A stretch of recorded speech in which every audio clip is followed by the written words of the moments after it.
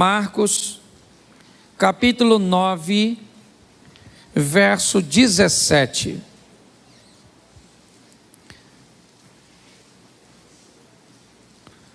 Diz assim: um homem no meio da multidão respondeu: Mestre, eu te trouxe o meu filho, que está com um espírito que o impede de falar. Feche seus olhos mais uma vez. Pai, muito obrigado por tua palavra. Continua falando conosco. Usa-me como um canal de bênção nesta hora, pelo poder do nome de Jesus. Amém. Glória a Deus. Amém. Eu quero fazer uma comparação, uma analogia hoje da situação deste homem e de como ele se posicionou mediante aquilo que ele estava enfrentando. Porque muitas vezes existe muita similaridade entre o que nós vivemos e o que esta passagem busca nos dizer. Bom, a primeira coisa que nós vamos ver aqui é que o homem tem um problema, e ao ter este problema ele procura Jesus. Isso por si só já nos aproxima deste homem. Por quantas vezes nós, motivados por um problema, por uma crise, por uma dificuldade, por uma demanda, vamos em busca de Jesus. Entramos numa igreja, fazemos uma campanha, nós vamos buscar solução para o nosso problema. Então, quando nós olhamos a história deste homem, ok? Ele é mais um na multidão, é verdade. Ele é alguém que está no meio da multidão, e o que ele foi fazer ali? Ele foi levar sua causa para Jesus, porque ele acredita que Jesus pode resolver seu problema, pode resolver sua causa. Mas a grande questão na resolução das causas não é para quem levamos e quando levamos, mas sim há quanto tempo nós estamos tentando solucionar este problema. Quando nós vamos olhar para esta situação, nós vamos descobrir que este problema é um problema que dura muito tempo. Nós vamos descobrir que essa tentativa deste pai não é a primeira. Ele já tentou resolver seus problemas ou sua situação durante muito tempo.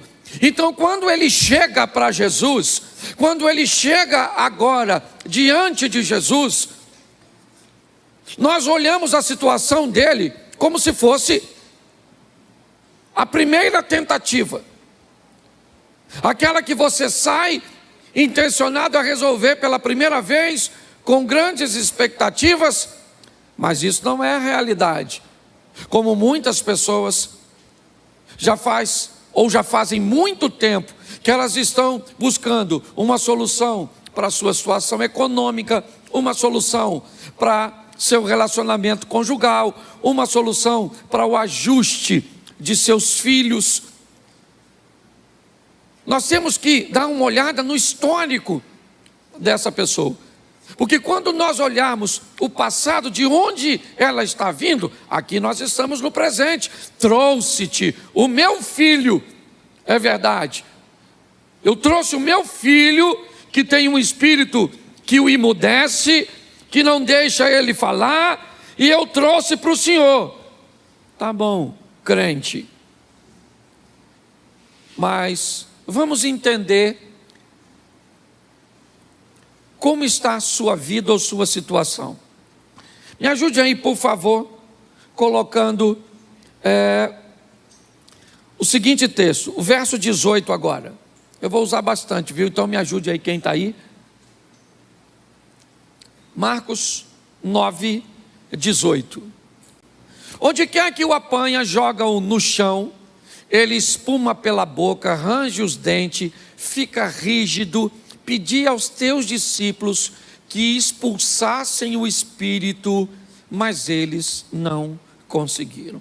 Preste atenção, porque o homem que acaba de chegar diante de Jesus, ele está vindo de uma experiência altamente negativa e decepcionante. Ele pegou sua causa e colocou diante dos discípulos. buscando resolver sua situação, ele está lutando com todas as suas forças, e todas as vezes que as coisas não acontecem, inevitavelmente, ele volta para casa mais fraco, mais frustrado, mais decepcionado. Por quê? Porque ele gastou grandes expectativas para resolver a situação naquele lugar. Como ele não consegue resolver, inevitavelmente, a sensação é de apatia, é de olhar para a situação e dizer: poxa, mais uma vez eu tentei e não deu em nada, eu não consegui sucesso. O que eu quero que você entenda é que muitas vezes, antes de chegar ao endereço certo, na pessoa certa, diante de Jesus, você pode ter passado pelos discípulos, você pode ter passado pelos reis, como foi o caso de Naamã no Velho Testamento. Muitas pessoas hoje chegam aqui oriundas de ambientes que a decepcionaram, de um pastor que se corrompeu, que adulterou, que administrou mal, que tratou mal, certo? De um casamento que houve traição, que houve isso e que houve violência, de filhos que caminharam para o pecado, por situações profissionais, onde pessoas te traíram, puxaram o teu tapete, certo? Abusaram de você. Eu não sei de onde você veio. O que eu sei é que todo mundo que está aqui tem passado. E quando nós olhamos para as pessoas, muitas vezes, nós sequer somos sensíveis o suficiente para parar para pensar de onde essa pessoa está vindo. O que é que ela já viveu? O que é que ela já sofreu? Para chegar até este presente momento. E pior, qual é o nível de expectativa que hoje ela nutre a nosso respeito como pastores, como líderes? Quanto mais decepcionadas e feridas elas vêm, mais vagarosas elas chegam, mais observadoras elas chegam. Porque, sabe a história do gato escaldado? Tem medo de água fria? É mais ou menos assim. O que este homem faz é vir de situações decepcionantes, de coisas que o feriram, o machucaram, e agora? Agora ele está diante da pessoa certa, porém, com o coração ferido pelas pessoas erradas.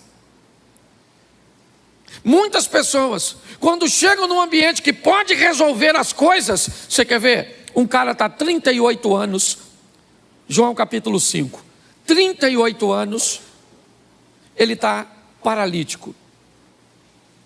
E ele então vai para um lugar, o tanque de Betesda, onde ele acha que vai obter cura. Tá certo, ele está lá, mas ele tem dificuldade. Sua paralisia o impede de acessar o tanque. Há uma tradição que diz que uma água se movimenta de forma involuntária, e quando esse fenômeno acontece, aquele primeiro que cair na água fica curado. Um belo dia, Jesus está passando lá. Ele sempre quis ficar curado. E quando Jesus chega perto dele, Jesus pergunta: queres ficar são? Qual era a resposta? Qual era a resposta? Qual era a resposta? Sim. Sim. Quero. Me cure. Sabe o que ele falou? Moço, deixa eu explicar uma coisa para o senhor. Não há tristeza, moço. Vi esse pessoal passando aí, ninguém nem liga para mim. Sabe? Ninguém nem liga, eu estou cansado. Ninguém faz nada a meu respeito. Era só falar sim. Mas o que ele está dizendo é o seguinte: eu estou tão machucado pelo o que fizeram comigo até hoje, que eu estou diante da oportunidade de me dar a minha vida e não consigo mudar. Hoje, você está achando que esse texto é diferente de nós? Não é não, querido. Muitos de nós estamos tão feridos, estamos tão machucados, estamos tão decepcionados, que muitas vezes viemos a um culto maravilhoso que muda a vida dos outros, mas não muda a nossa. Por quê? Porque as feridas, normalmente, elas acabam impedindo o agir de Deus. Nós estamos olhando para um texto, este homem está tendo o privilégio de falar com Jesus. Jesus perguntou: o que é que está acontecendo? Ele foi lá e falou: olha, sou eu que trouxe-te o meu filho, que tem um espírito que o emudece, que faz com que ele não fale. Esse espírito apanha ele de uma forma tão violenta, que ele fica todo rígido, espuma a boca, e parece que vai morrer. E aí Jesus faz uma pergunta para ele, no verso 21. Coloca aí. Jesus perguntou ao pai do menino: há quanto tempo ele está assim? Isso faz diferença para Jesus, sim ou não? Sim ou não? Mas faz diferença para quem? Para o pai. Para Jesus não faz diferença há quanto tempo tua vida está ruim, teu ministério não anda. Para Jesus não faz diferença há quanto tempo você está com câncer, que tipo de câncer é. Para Jesus não interessa se você está falido, se você está rico, não interessa nada para ele o tempo. Mas ele pergunta para o pai: há quanto tempo isso acontece? Porque ele precisa entender o que está acontecendo dentro do homem, porque você já vai descobrir por que esse negócio vai dar certo. Quando Jesus pergunta: há quanto tempo acontece isso? O homem diz: desde da infância. Isso eu estou enfrentando, esse abuso que o pai, que o tio, que o avô fez desde quando você tinha 6, 7 anos. Essas questões domésticas que fez com que você se tornasse um adúltero, um infiel, um promíscuo, alguém violento. Essas questões econômicas que fizeram com que você gerasse uma compulsão para gastar, para não administrar dinheiro.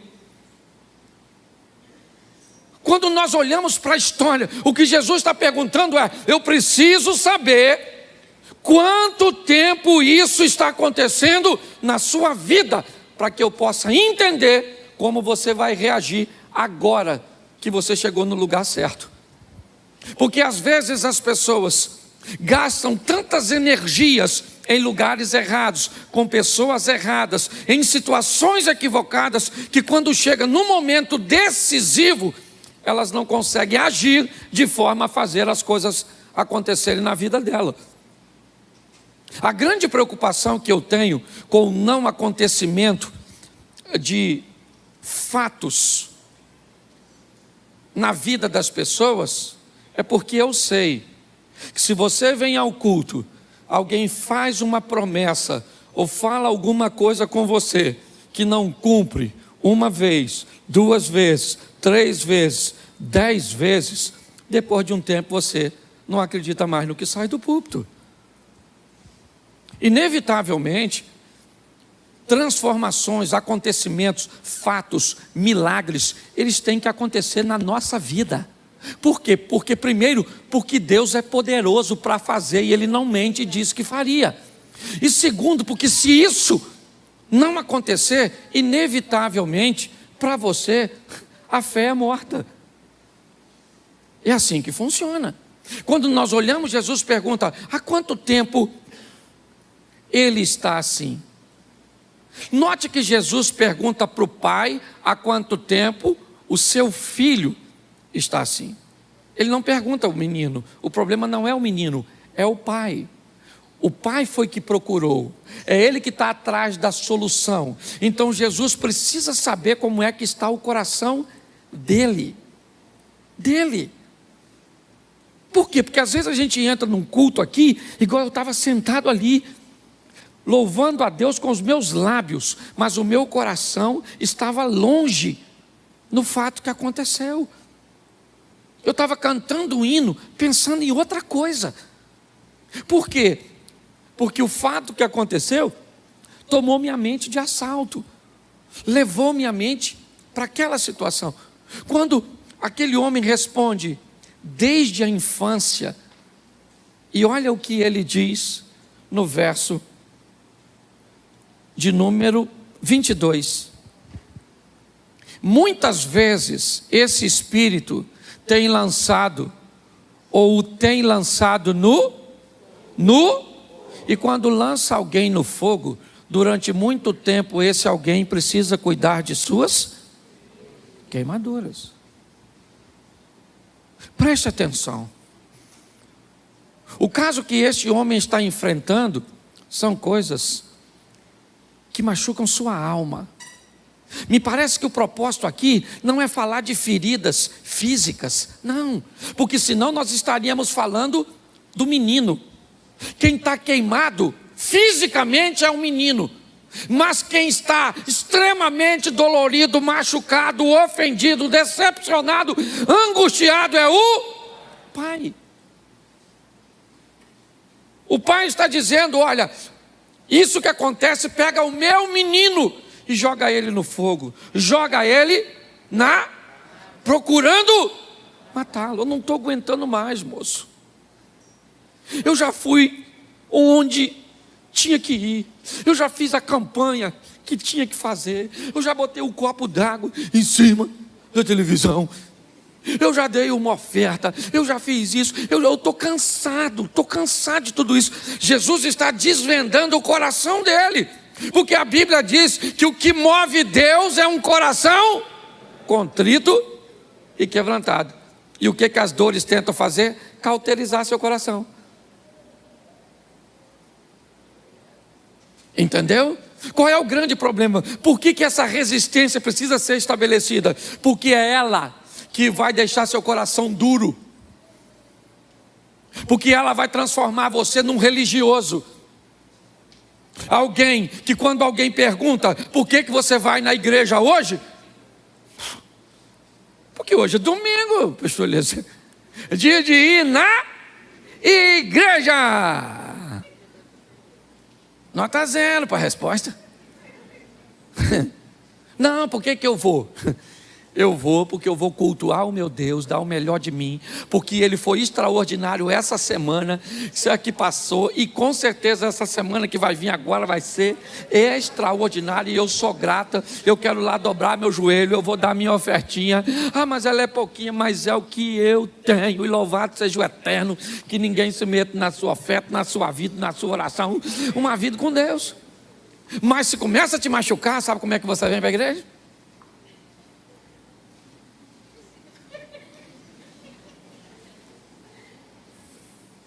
Sentaram no meu lugar. Eu sento todo. Eu queria sentar naquela cadeira vermelha lá do pastor Eliezer. Nossa, não pode não. Então também não quero sentar em lugar nenhum, quero sentar no inferno. Não, você já viu? Pare e pense. Eu gosto, porque me parece que Jesus está investigando, porque não faz sentido ele perguntar quanto tempo o demônio está, porque senão, desde a infância, nossa, ou então você volta outra hora, porque o demônio familiar assim, é difícil, já está há tanto tempo.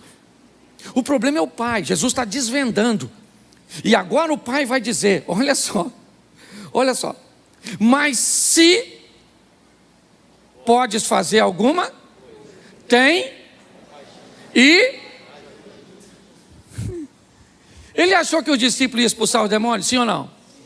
Ele achou que as tentativas dele anteriores iam dar certo, sim ou não? E ele está diante de Jesus, e o que ele falou para Jesus? Vê se o senhor pode aí. Vê aí se dá para dar uma moral pro meu garoto. Vê se dá para expulsar. Gente, tem gente que está há tanto tempo decepcionado que quando chega na hora de resolver,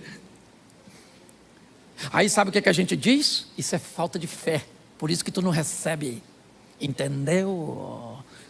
A pessoa já está lascada, a gente ainda lasca mais. Você já viu alguém assim? Seu filho morreu? Por quê? Porque você desviou. Se você estivesse no caminho do Senhor, ele estava vivo.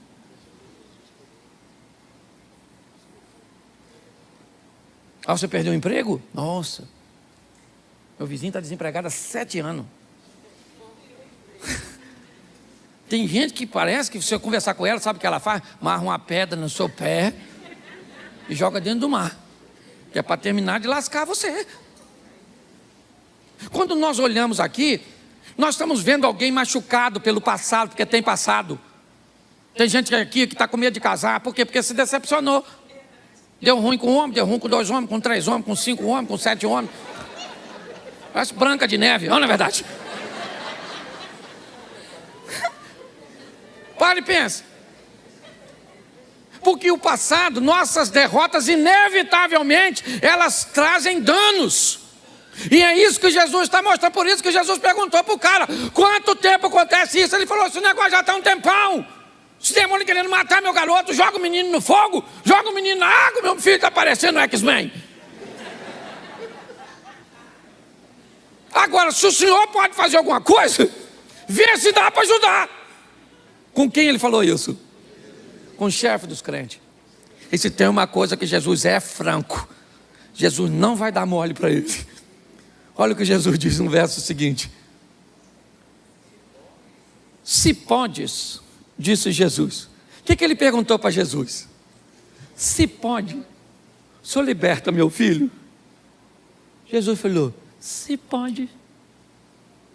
Tudo é possível aquele que crê.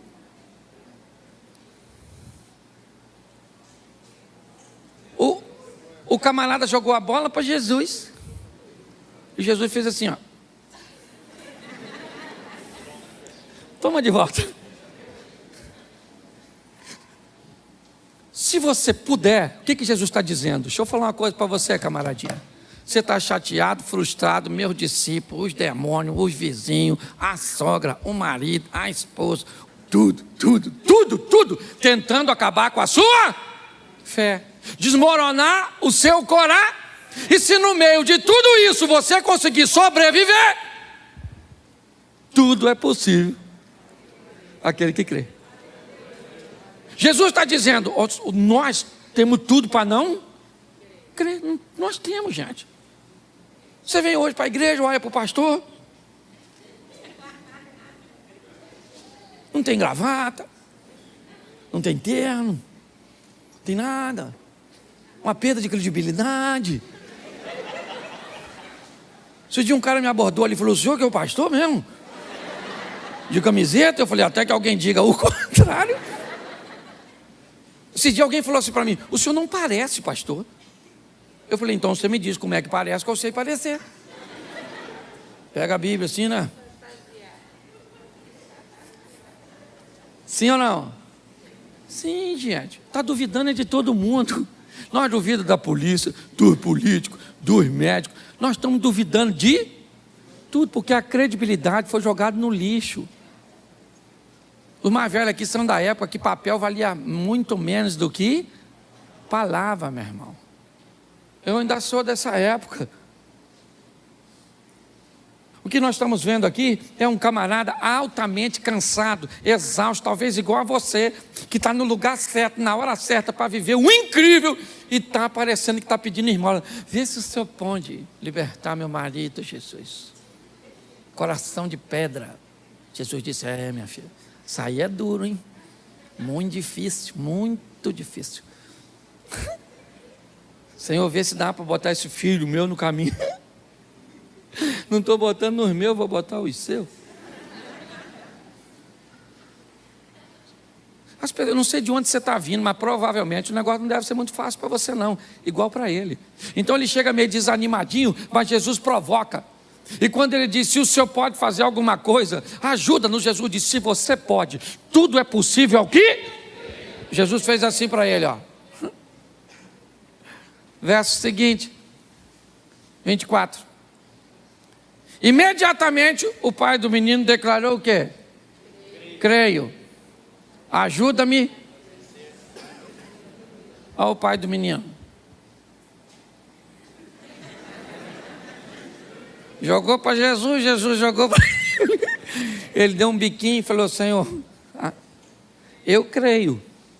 O que sobrou foi pouca coisa. E o que está me faltando está nas tuas mãos. Eu creio, mas o Senhor ajuda-me na minha incredulidade. porque eu não tinha condições de ter nada. Não devia acreditar em casamento, acreditar em filho, acreditar em igreja, acreditar em governo. Aliás, eu não tinha nem condição de acreditar no Senhor. Eu só acredito no Senhor porque o Senhor me dá força para acreditar no Senhor mesmo. A verdade é essa, irmão. Aqui não tem super-homem, não.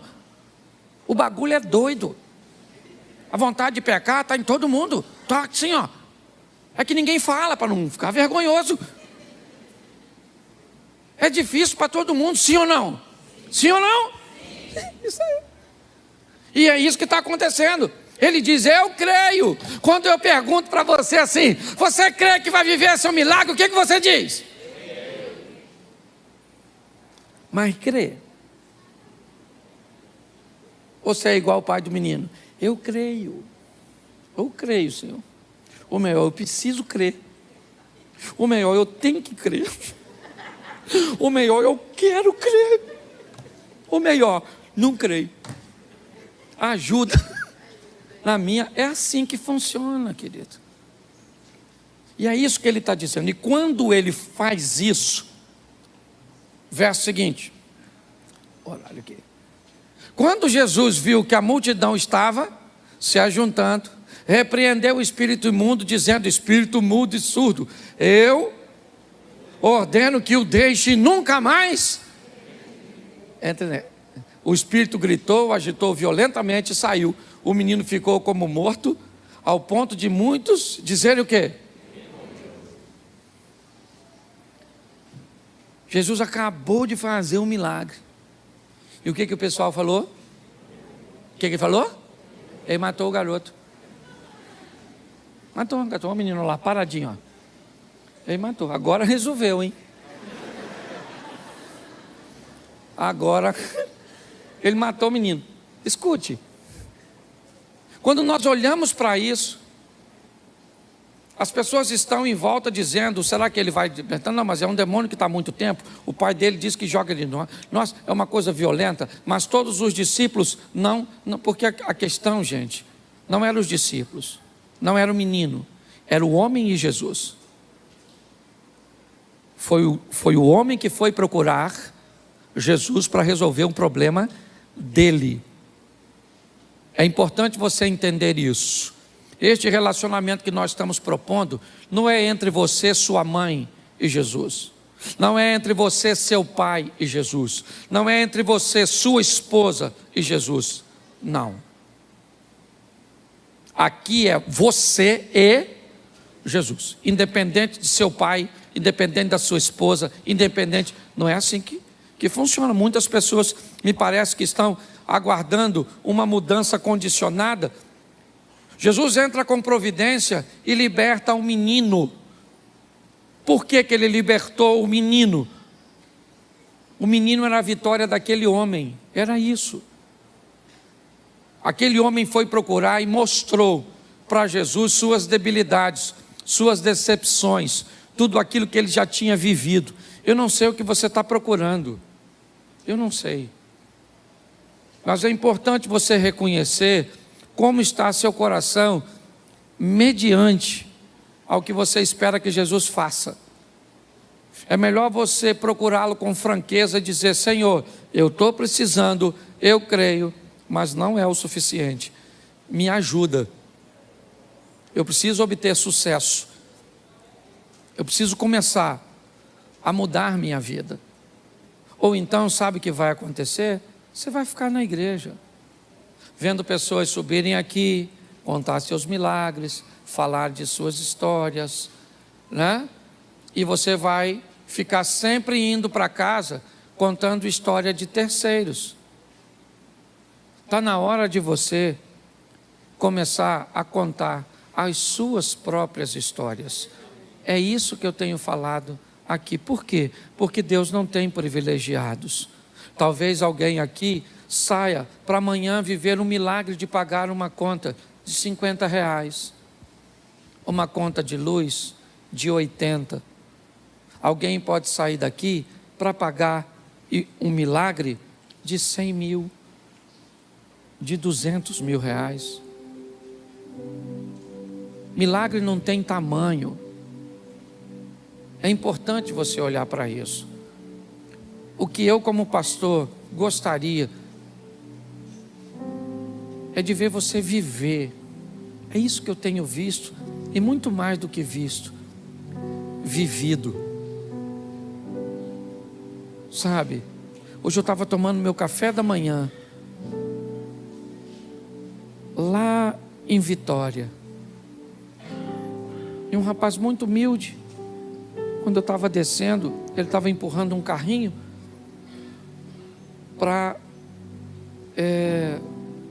de café, que ele estava entregando café nos quartos por descido, e ele me perguntou se ele poderia entrar no elevador comigo, porque o funcionário não poderia entrar com aquele carrinho, e ele devia estar atrasado, e eu disse, claro.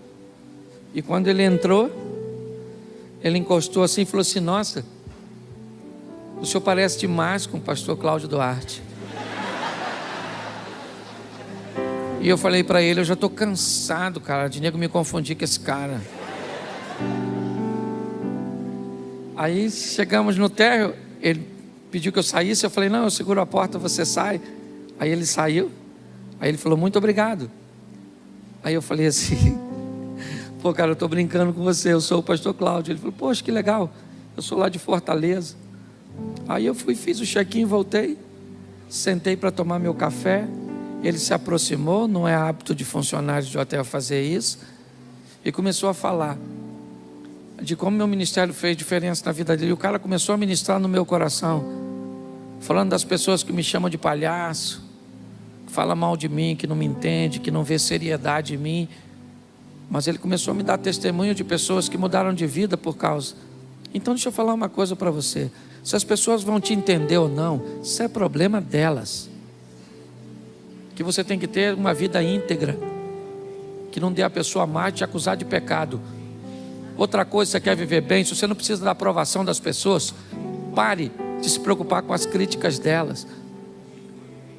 Vai viver o extraordinário ao lado de Deus, pois é isso que Ele tem para você.